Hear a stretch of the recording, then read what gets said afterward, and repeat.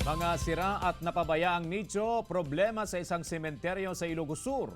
Tutukan sa ulat ni Claire Lacanilaw.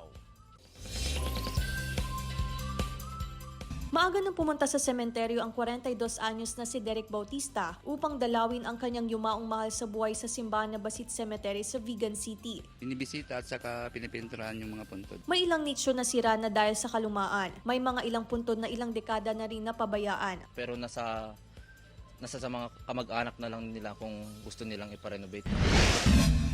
Samantala, maaga nang pumesto ang mga emergency responders sa Lingsat Public Cemetery sa San Fernando City, La Union. Bagamat hindi pa ito dinadagsan ng mga bisita, naglagay na ng emergency booth ang BFP at Philippine Red Cross sa lugar upang masigurong mabilis ang kanilang pagresponde. Ma-ensure namin yung safety ng pagpunta ng mga bisita at saka bibisita sa mga puntod ng kanilang minamahal dito sa Lingsat.